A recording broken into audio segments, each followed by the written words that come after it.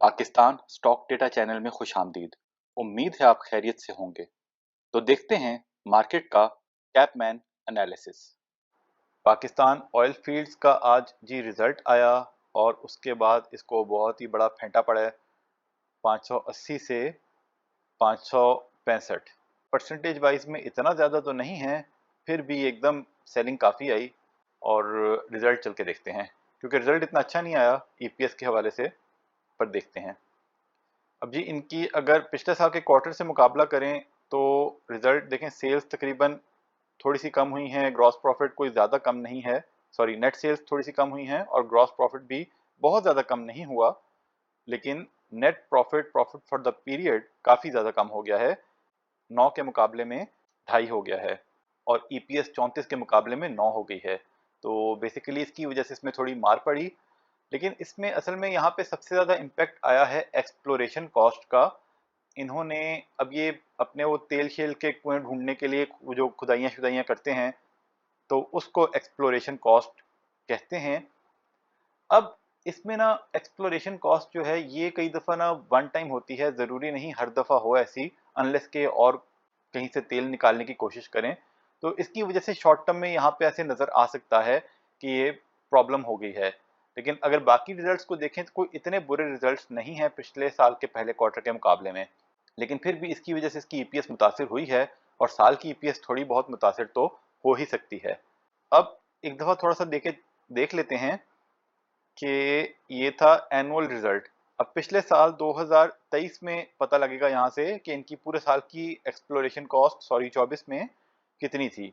तो पूरे साल के 24 में एक्सप्लोरेशन कॉस्ट थी सिर्फ 1.6 बिलियन और इस मर्तबा सिर्फ इस क्वार्टर में हो गई है 7.7 बिलियन। इसका मतलब इन्होंने बहुत ज़्यादा जगहों पे खुदाई शुदाई की है, तो अल्टीमेटली हो सकता है इसकी वजह से तेल ज़्यादा निकला है और लॉन्ग टर्म में इनको बेनिफिट हो, लेकिन ये कॉस्ट का इम्पैक्ट यहाँ पे नज़र आ रहा है। और अगर 23 में देखें तो 23 में भी काफ़ी ज़्यादा पूरे साल में कॉस्ट थी और वहाँ पे भी किसी एक क्वार्टर में कॉस्ट ये बहुत ज़्यादा आई थी। बहरहाल उस हवाले से देखें तो 23 में 128 की ईपीएस थी, 24 में 137 की ईपीएस है और इस साल ईपीएस थोड़ी सी कम इसकी वजह से हो सकती है, लेकिन फिर भी अगर ये, अब ये अगेन वही बात है कि वक्त बताएगा, लेकिन इस साल फिर भी थोड़ी सी कम हो सकती है, 100 110 तक जा सकती है। और जब वो थोड़ी सी कम होगी तो उसकी वजह से थोड़ा सा डिविडेंड भी कम हो जाएगा। पिछले साल कितना दिया था इन्होंने, इन्होंने दिया था 95 रुपये, तो इस साल थोड़ी सी एस्टिमेशन इसकी रिवाइज कर लेते हैं, फॉर द टाइम बीइंग 80 रुपये का डिविडेंड हो सकता है। ये और बात है कि अगर बहुत ही आउटस्टैंडिंग रिजल्ट्स आ जाएं अगले क्वार्टर्स के तो फिर वो देखना पड़ेगा, लेकिन ये है कि अगर 80 रुपये का डिविडेंड देखें तो इसकी डिविडेंड यील्ड इस रेट पे कोई बहुत ज़्यादा नहीं बन रही, मतलब बहुत कम भी नहीं है, 14% बन रही है। अगर एस्टिमेशन 95 ही होती तो इस रेट पे या 580 के रेट पे वो तकरीबन 16% बनती, और अभी अगर रिवाइज जो हमने एस्टिमेशन की है उसके मुताबिक 14% बन रही है।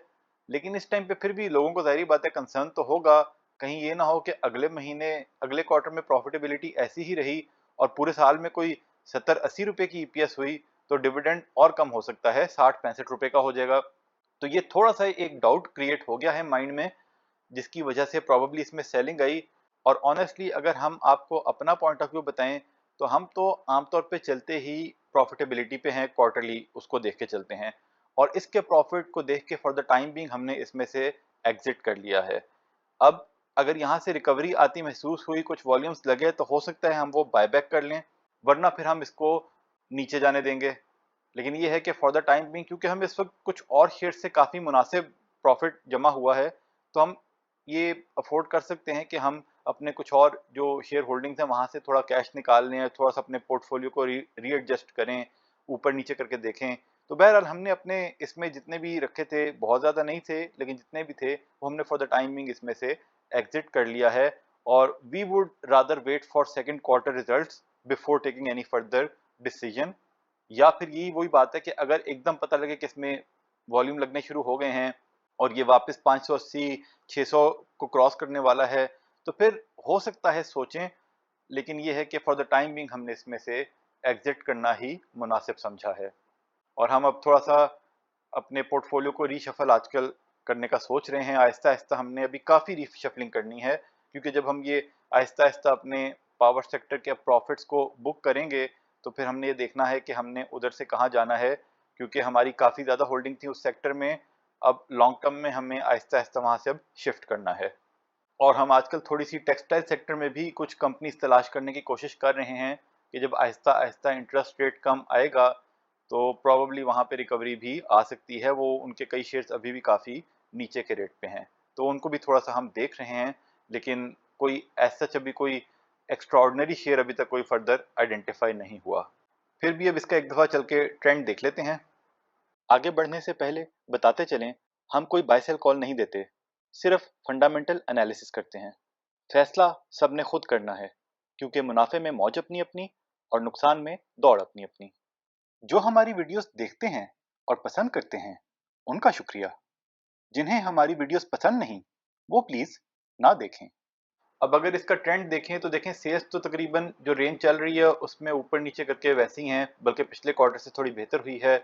ग्रॉस प्रॉफिट भी पिछले क्वार्टर से थोड़ा बेहतर हुआ है, और नेट प्रॉफिट जो है वो कम हुआ है, वो उसी एक्सप्लोरेशन कॉस्ट की वजह से।